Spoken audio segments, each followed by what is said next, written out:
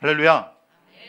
오늘 함께 보실 말씀은 창세기 25장 19절로 26절까지의 말씀입니다. 창세기 25장 19절로 26절까지의 말씀을 우리 한 목소리로 합독하도록 하겠습니다. 창세기 25장 19절로 26절까지의 말씀입니다. 같이 읽겠습니다. 시작.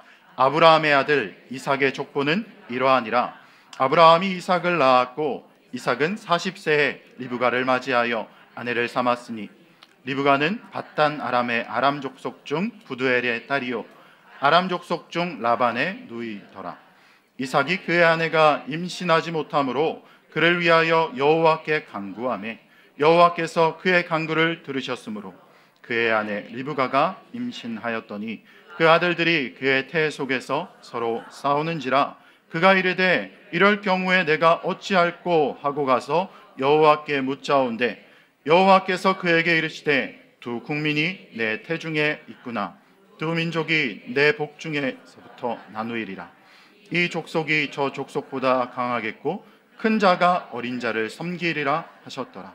그의 산 기한이 찬즉 대 쌍둥이가 있었는데 먼저 나온 자는 붉고 전신이 털옷 같아서 이름을 에서라 하였고 후에 나온 아우는 손으로 에서의 발꿈치를 잡았으므로 그의 이름을 야곱이라 하였으며 리브가가 그들을 낳을 때 이삭이 60세였더라. 아멘. 아멘. 오늘 수요예배 나오신 여러분들을 주님의 이름으로 환영합니다. 오늘은 약점을 통해 일하시는 하나님, 약점을 통해 일하시는 하나님이라는 제목으로 하나님의 말씀을 증거하도록 하겠습니다. 여러분, 아킬레스건이라는 말을 들어본 적이 있으십니까? 아킬레스건은 우리 몸에 가장 큰 힘을 지탱해주는 힘줄이자 한글로는 발꿈치 힘줄이라고도 부릅니다. 우리는 이 아킬레스건이 있기 때문에 걸을 수도 있고 달릴 수도 있고 뛸 수도 있습니다. 격하게 운동하거나 혹은 사고로 인해서 이 아킬레스건이 끊어져 보신 분들이 계실 텐데 걷지도 못하고 어떻게 하지도 못하는 상황이 발생되지요. 그런데 우리는 보통 대화를 하면서 아킬레스건이라는 단어를 사용할 때는 발 뒤꿈치와 연결된 그 힘줄을 이야기하지 않고 어떤 의미로 보통 사용하나요? 치명적인 약점이라는 의미로 우리는 비유적으로 많이 이런 표현을 사용합니다. 제가 수요 하모니 예배 서론에서 설교의 서론에서 아킬레스건으로 시작한 이유가 있습니다. 그것은 오늘 설교의 주인공이 이 아킬레스건과 관련이 있기 때문입니다. 우리가 함께 본문을 읽기는 했지만 주인공이 누군지 여러분 한번 맞춰보시기 바랍니다. 퀴즈 시간입니다. 성경 66권 중 첫 번째 책이 무엇이죠? 창세기입니다. 창세기에 나온 아브라함의 아들은 맞아요. 누구요? 이삭이죠. 이삭. 네. 이삭이 쌍둥이 아들이 있었습니다. 그중 이 사람은 그 쌍둥이 중에 동생입니다. 또한 이 사람은 태어날 때부터 형의 발꿈치를 밟고 태어난 사람입니다. 그래서 이 사람은 이름부터가 발꿈치를 잡았다라는 뜻을 가지고 있는 사람입니다. 여러분 다들 이제 알고 계시죠? 그렇다면 이 사람은 누굴까요? 야곱입니다. 네, 맞아요. 우리 강남중앙침례교회 너무 성경 잘 알고 성경을 사랑하고 말씀을 사랑하는 귀한 우리 수요 하모니 식구들을 축복합니다. 오늘 말씀의 주인공은 야곱입니다. 오늘 우리가 함께 읽은 창세기 25장 19절로 26절까지의 말씀은 에서와 야곱의 탄생에 대한 이야기를 이야기하고 있습니다. 한 목소리로 창세기 25장 24절로 26절 말씀을 한번 읽어보겠습니다. 시작. 그 해산 기한이 찬즉 태에 쌍둥이가 있었는데 먼저 나온 자는 붉고 전신이 털옷 같아서 이름을 에서라 하였고 후에 나온 아우는 손으로 에서의 발꿈치를 잡았으므로 그 이름을 야곱이라 하였으며 리브가가 그들을 낳을 때 이삭이 60세였더라. 아멘. 이삭의 그 쌍둥이 형들 중에 에서는 피부에 털옷을 입은 것과 같아서 털이 많다라는 뜻의 이름을 가졌고, 그리고 동생 야곱은 나올 때부터 발 뒤꿈치를 잡은 자라는 뜻을 가진 이름으로 불렸습니다. 그중 오늘 말씀의 주인공인 야곱은 태어날 때부터 형의 발꿈치를 잡고 나왔기 때문에 창세기를 통해 나왔는데 그의 삶을 창세기를 통해서 쭉 살펴보면 차근차근 살펴보면 그의 삶이 어렸을 때부터 시작해서 자녀 문제부터 시작해서 노년에 이르기까지 전혀 순탄하지 않았음을 우리는 너무나 잘 알고 있습니다. 이렇게 순탄하지 않은 그의 인생 가운데 아주 큰 역할을 한 사람이 있는데, 그 사람은 바로 태어날 때 그가 발꿈치를 잡고 나왔던 형 에서였습니다. 야곱에게 있어서 형 에서는 어찌 보면 아킬레스건 같은 치명적인 사람이었습니다. 그런데 왜 야곱에게 에서가 아킬레스건 같은 존재가 되었을까요? 한날 한시에 나온 그 형제가 왜 이렇게 아킬레스건 같은 치명적인 약점을 가진 사람이 되었을까요? 야곱은 사냥을 마치고 돌아와서 배고픔에 지쳐있는 형에게 팥죽 한 그릇으로 장자의 명분을 샀습니다. 그리고 어찌 보면 에서도 참 어리석죠. 아무리 배가 고파도 팥죽 한 그릇으로 자신의 장자의 명분을 판다니요. 얼마나 장자의 명분이 대수롭지 않았으면 이랬을까요? 그러니까 팥죽 한 그릇으로 장자의 명분을 팔았겠죠. 이때까지만 해도 그저 이거는 별일이 아닌 것 같았습니다. 하지만 형 에서가 야곱의 인생에서 아킬레스건 같은 치명적인 약점이 된 사건이 한 가지 있었습니다. 그것은 창세기 27장에 나이가 많고 앞이 잘 보이지 않는 아버지 이삭을 속여서 장자의 축복을 가로챈 사건 때문입니다. 이삭은 자신이 사랑하고 아끼는 에서를 몰래 불러서 나를 위해서 사냥을 해주고, 그리고 나에게 맛있는 별미를 가져다 주어서 내가 이제 나이가 많아 죽게 되었으니 죽기 전에 마음껏 내가 너 장자인 너를 축복하게 해라 라고 말합니다. 하지만 어머니 리브가가 어떻게 해요? 그 옆에서 그 얘기를 듣죠. 듣고 있다가 자신이 사랑하는 아들 야곱에게 이 모든 일들을 이야기해주고 또한 방책을 얘기해줍니다. 형 에서가 이제 아버지에게 드릴 축복받을 것만 생각하고 기쁜 마음에 사냥터로 나아갑니다. 사냥하러 나간 그 사이에 야곱은 얼른 음식을 만들어서 아버지에게 나아갔습니다. 그리고 심지어 나이가 많아 눈앞이 잘 보이지 않는 아버지 앞에서 에서의 특징이 뭐예요? 털이 많았다. 털 많은 털 많은 형 에서인 척하면서 아버지를 속입니다. 그러자 이삭은 눈앞에 보이는 것이 없고 털을 만져보니 이게 에서이구나 라고 생각하고는 눈앞에 있는 야곱을 축복합니다. 아주 마음껏 축복해 줍니다. 하지만 뒤늦게 아버지를 위해서 사냥하고 별미를 만들어서 아버지를 찾아가 이제 아버지가 나를 어떻게 축복할까?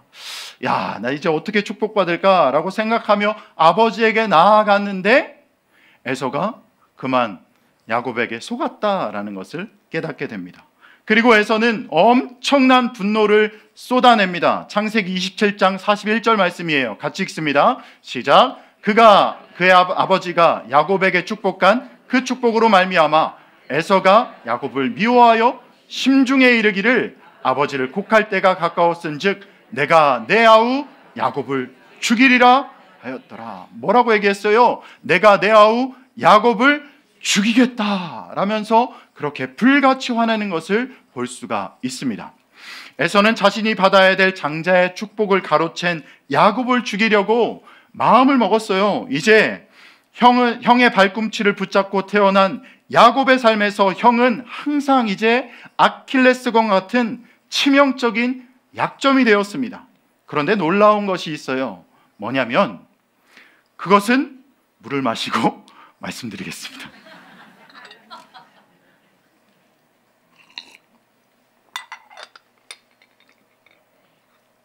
그 놀라운 것은 야곱이 자신의 삶 가운데서 아킬레스건이라고 말할 수 있는 에서를 통해 인생의 두 가지 큰 일들을 경험했다라는 것입니다.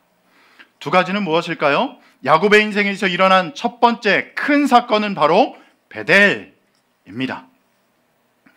야곱이 자신을 죽이려고 하는 형 에서를 피해서 외삼촌 라반의 집으로 향해서 갔습니다. 창세기 28장 10절입니다. 야곱이 브엘세바에서 떠나 하란으로 향하여 가더니 하란으로 향해서 가던 야곱은 늦은 밤이 되어서 그곳에서 이제 돌 하나를 주워서 베개를 삼고 잠을 잤습니다. 아주 깊은 잠에 빠져 있을 때 하나님은 야곱에게 나타나서 그를 축복하고 놀라운 약속을 베풀어 주십니다.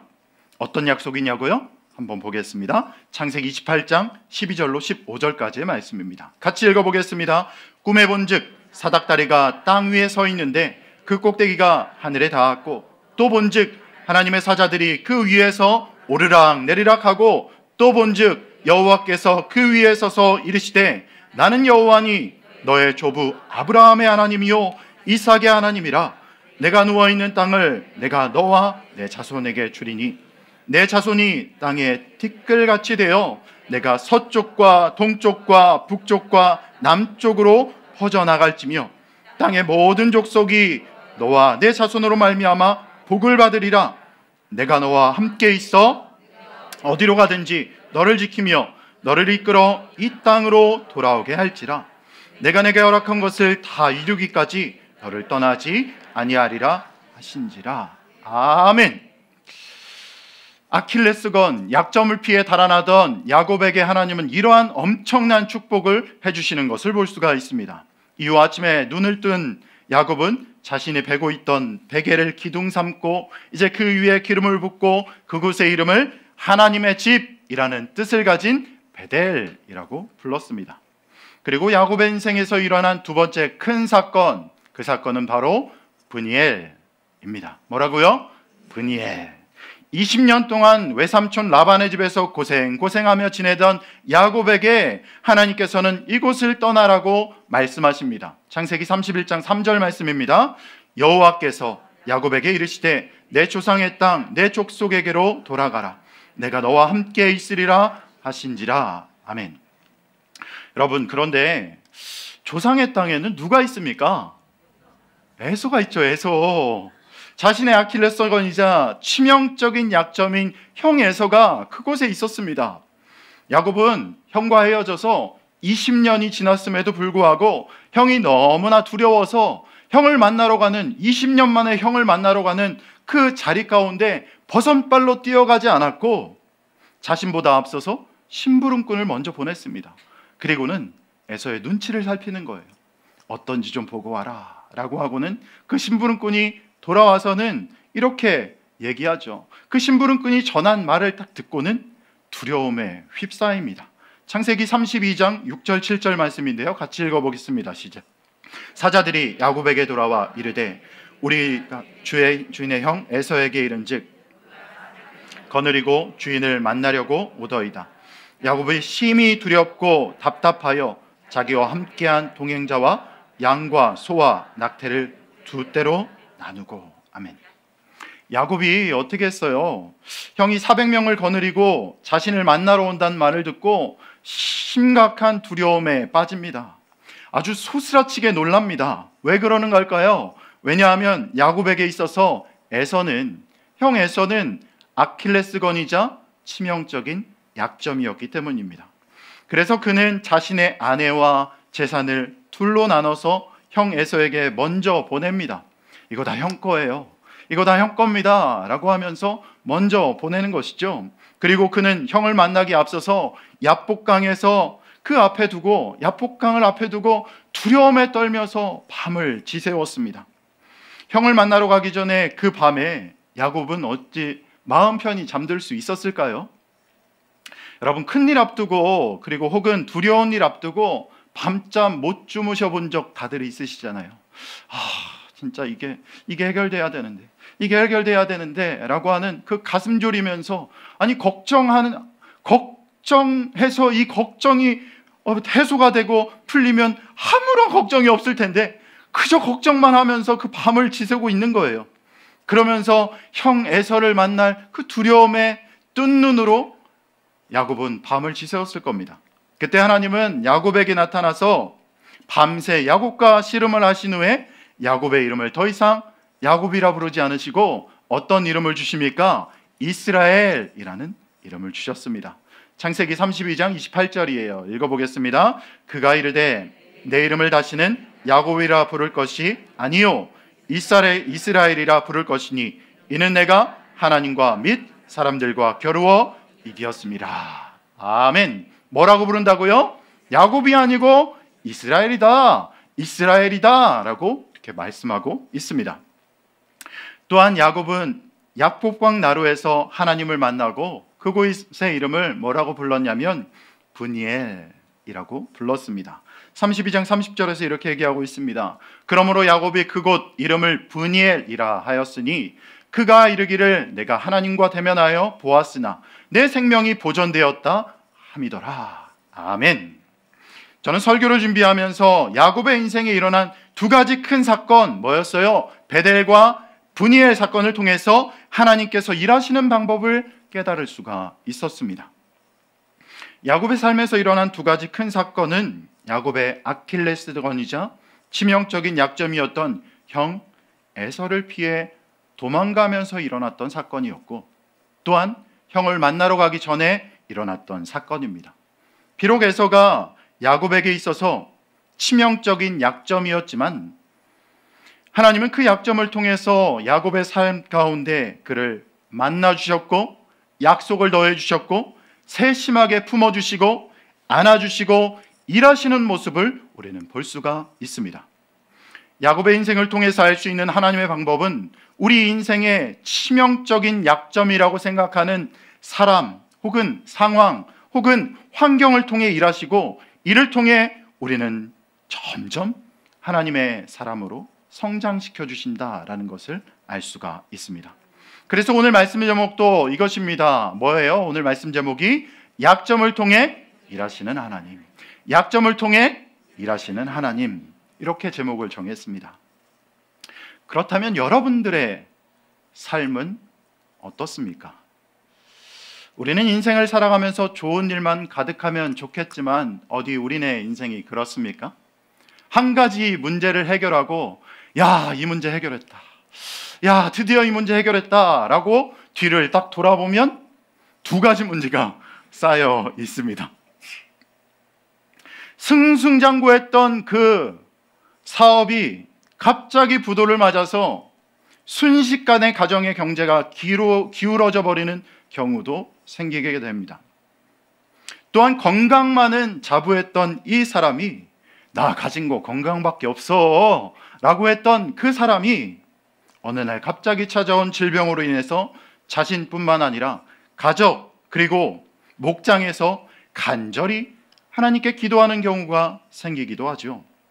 그리고 믿었던 사람과의 관계가 어느 날 갑자기 나빠지거나 생각지도 않은 일들로 인해서 관계가 갑자기 어려워지는 일들이 생기게 됩니다. 이런 모든 것들이 우리 삶 가운데 어찌 보면 약점이라고 할 수 있죠. 하지만 하나님은 우리 삶의 이 약점을 통해 일하시는 분이십니다. 아멘이십니까? 여러분 삶을 쭉 돌아보면, 지금까지의 인생을 쭉 돌아보면 어떻습니까? 하나님께서 나의 약점을 통해서 일하셨구나 라는 그런 경우가 한두 가지가 아니실 겁니다. 저희 삶 가운데서도 하나님께서는 약점을 통해서 일하셨습니다. 저는 가끔 동생하고 이렇게 이런저런 이야기를 하면서 이야기를 할 때면 이렇게 얘기를 해요. IMF 때 우리 집에 닥친 경제적인 어려움이 있었기 때문에 지금의 내가 있는 것 같아 라고 그렇게 간증을 합니다. 물론 저희 가정이 경제적으로 풍성하고 부족함 없는 가정이었으면 얼마나 좋았겠어요. 얼마나 좋았겠어요. 참. 하지만 나의 힘으로 어찌할 수 없는 이 갑작스럽게 닥친 사업의 어려움들로 인해서 갑자기 닥친 여러 가지 불화들, 그리고 집안에서 일어나는 여러 가지 싸움들이 많이 있었습니다. 더군다나 이 불교 가정에서 아들이 신학교 간다고 이렇게 하는데 매주마다 이제 학교 갈 때마다 용돈 달라고 하면 5만 원 정도, 뭐 가정이 어려우니까 일주일에 5만 원 정도를 딱 쥐어주세요. 이거 가지고 잘 살아라 하면서 이제 기차비하고 밥값, 아침, 점심, 저녁, 주일 저녁부터 금요일까지 아침, 점심, 저녁 다 사 먹기에는 굉장히 빠듯하죠. 그 5만 원 가지고서 얼마나 막 그 힘들었냐면은 굉장히 좀 힘들었는데, 그때 전우사님이 저를 막 이렇게 불러가지고 3만 원을 탁 쥐어주시면서 10,000원, 20,000원, 30,000원 탁 쥐어주시면서 학교 가서 맛있는 거 사 먹어 라고 하면서 이렇게 몰래 돈을 주셨는데, 그 주신 그 돈을 받고는 막 엉엉 울었던 기억이 나요. 그 기억 때문에 제가 전에 섬겼던 그 고등처 때 환경이 어려웠던 그 아이에게 지갑을 탁 열고는 10,000원, 20,000원, 30,000원을 탁 주고는, 야, 내가 받았던 건데 너도 나중에 커서 누구에게, 다른 사람에게 이 사랑을 좀 전해라 라면서 30,000원을 줬던 기억이 있습니다. 대학교 시절 얼마나 좀 어려웠어요. 그 친구들하고 맛있는 것도 먹고 싶고 옷도 사고 싶고 뭐 전자제품 얼마나 사고 싶습니까? 또 이런저런 물건 사고는 싶었지만 그것들이 지금 저의 상황 가운데서는 사치라는 생각이 들어서 전혀 그런 것 사지 못했습니다.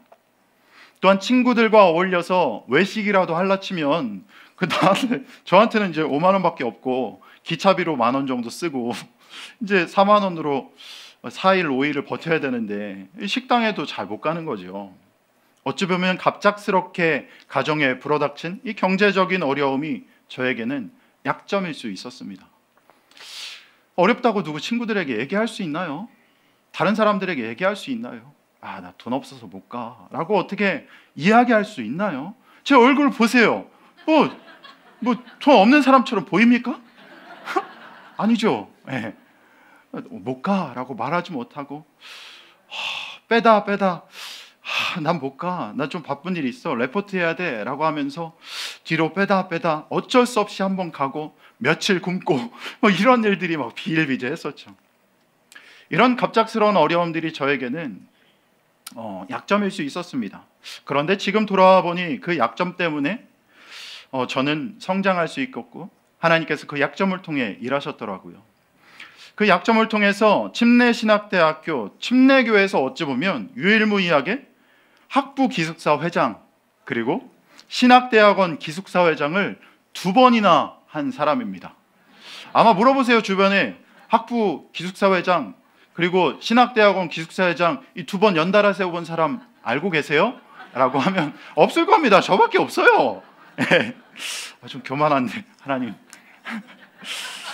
사람들은 총학생 회장이 더 권력 있고 더 좋은 거 아니야 라고 생각할 수 있어요. 그런데 하지만 저는 총학생 회장 할 생각이 없어요. 왜냐하면 총학생 회장은 끽해봐야 1년 동안 장학금 1번밖에 2번밖에 안 나옵니다. 그런데 기숙사 회장은 어떠냐면 1년 장학금, 1년 동안 기숙사 무료, 더군다나 1년 동안 방학 동안 무료로 기숙사를 살 수가 있었습니다. 그러니까 총학생 회장이 좋아요? 기숙사 회장이 좋아요? 그러니까 기를 쓰고 막 그 기숙사 회장을 하려고 노력을 한 거죠. 그런데 학부에서는 약 600명의 그리고 신학대학원에서는 약 200명 이상의 기숙사 학생들을 대표하는 기숙사 회장을 하면서 하나님께서는 많은 사람을 이끄는 리더십을 더해주셨고 여러 가지 일들을 경험하게 해주셨습니다.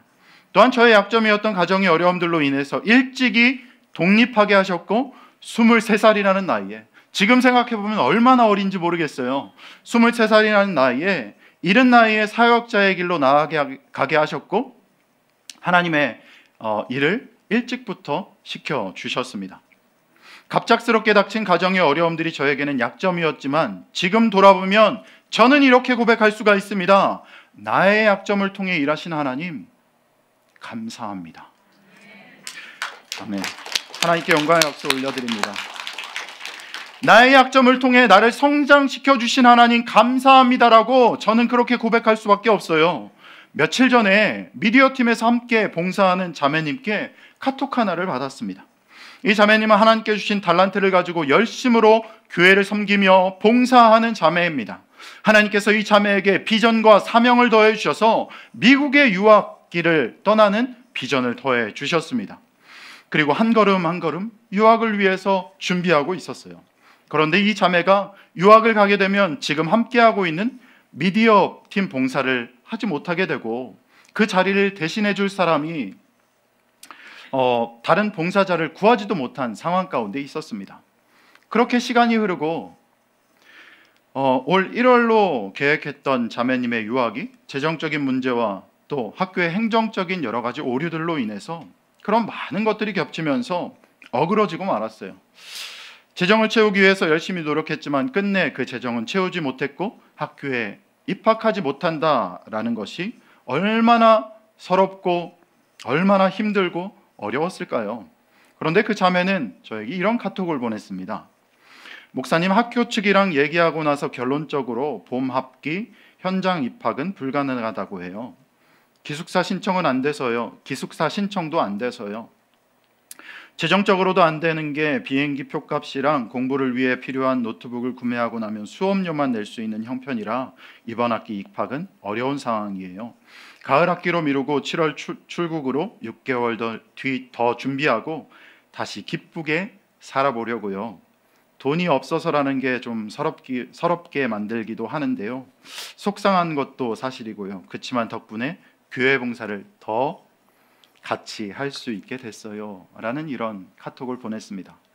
자신이 그토록 하고 싶었던, 심지어 하나님께서 비전을 주셨고 하나님께서 나에게 주신 비전 이루어야지 라고 하며 열심히 영어 공부하고 그토록 꿈에 그리던 학교에서 금전적인 문제로 인해서 이번 학기는 안 되겠습니다, 다음 학기에 잘 준비해서 오세요 라는 말을 들었을 때 마음이 참 힘들었을 것 같습니다. 그런데 이 자매님은 이렇게 고백하고 있죠. 그렇지만 덕분에 교회 봉사를 더 같이 할 수 있어요. 저는 자매님의 고백을 듣고 기도가 절로 나왔습니다. 또한 이 자매님이 처한 상황이 100번 이해가 되고 공감이 되었어요. 왜 그러냐고요? 제가 겪었던 모습이 딱 이 모습이었기 때문입니다. 그래서 하나님은 나의 약점을 통해 이 자매님을 위로하게 하셨습니다. 저는 이렇게 답정을 보냈습니다. 그러게요, 유유. 저도 가난으로 힘들었던 기억이 있는데 그땐 참 서럽고 힘들었고 저의 삶 자체가 생존이었어요. 하나님의 은혜로 지금까지 지내왔네요. 자매님의 삶을 인도해 주실 하나님을 찬양하고 도구합니다. 이렇게 위로해 줬습니다. 제가 이 강단에서 분명히 말할 수 있는 것은 하나님은 약점을 통해 일하신다는 것입니다. 아멘십니까? 이 자매님이 처한 약점이라고 생각할 수 있는 그 상황을 통해서 하나님은 분명히 일하실 줄 믿습니다. 아멘. 그렇다면 여러분들은 어떤 약점을 가지고 계십니까? 어떠한 약점도 없는 척하면서 지금 이 자리 앉아 계십니까? 여러분들의 약점은 무엇입니까? 다른 누구에게도 절대 말할 수 없는 그 약점, 심지어 목장 모임에 나아가서 기도 제목으로조차 내놓을 수 없는 그 약점은 무엇입니까? 여러분들이 약점이 관계입니까? 자녀입니까? 혹은 가정의 문제입니까? 혹은 사업의 문제입니까? 아니면 건강의 문제입니까?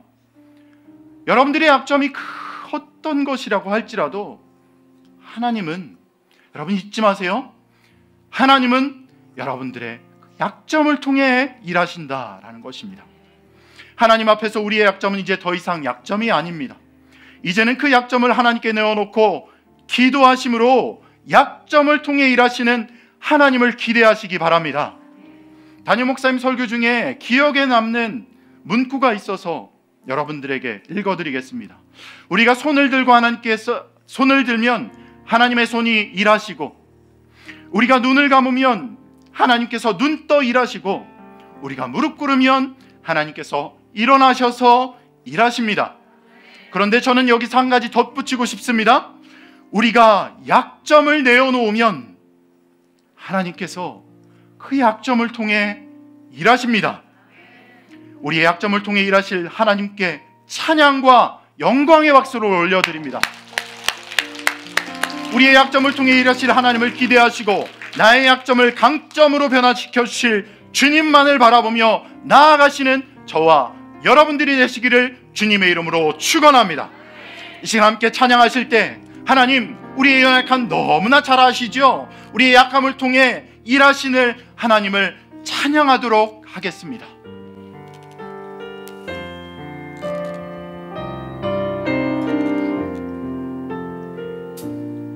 날이 저물어 갈 때, 날이 저물어 갈 때, 빈들에서 걸을 때, 그때가 하나님의 때. 내 힘으로는 안 됩니다. 내 힘으로는 안 됩니다. 내 힘으로 안 될 때, 빈손으로 걸을 때, 내가 고백해 여호와 이래. 우리 모인 이곳에 주님 함께 계시네. 누리네 아버지 은혜. 적은 떡과 물고기, 작은 떡과 물고기, 내 모든 걸 드릴 때 모두 고백해 여호와. 주님께서 우리를 위해 일하십니다. 주가 일하시네, 주가 일하시네. 주께 아끼지 않는 자에게 주님께서 나를 위해서 일해 주십니다. 주가 일하시네, 주가 일하시네. 신뢰하며 던 주님께서 일하십니다. 주가 일하시네. 주가 일하시네, 주가 일하시네. 주께 아끼지 않는 자에게 주가 일하시네, 주가 일하시네. 신뢰하며 걷는 자에게. 여러분들의 약점 무엇입니까? 우리를 통해서, 우리의 약점을 통해서 일하실 하나님에 대한 말씀을 들었습니다. 여러분, 누구에게도 말하지 못하는 그 약점 있으십니까? 심지어 목장에서, 심지어 내 입으로 떼기도 두려운 그 약점이 있다면 오늘 이 시간 하나님, 나의 약점 하나님 앞에 내어놓으니 하나님께서 응답하여 주시고 나의 간절한 기도, 그 약점을 통해 일하여 달라고 이 시간 한번 주님 이름 크게 부르고 함께 기도하겠습니다. 주여, 주가 일하시네, 주가 일하시네. 약속을게 아끼지 않는 자에게 하나님께서 일하여 주고 주가 일하시네, 하나님께서 아버지 하나님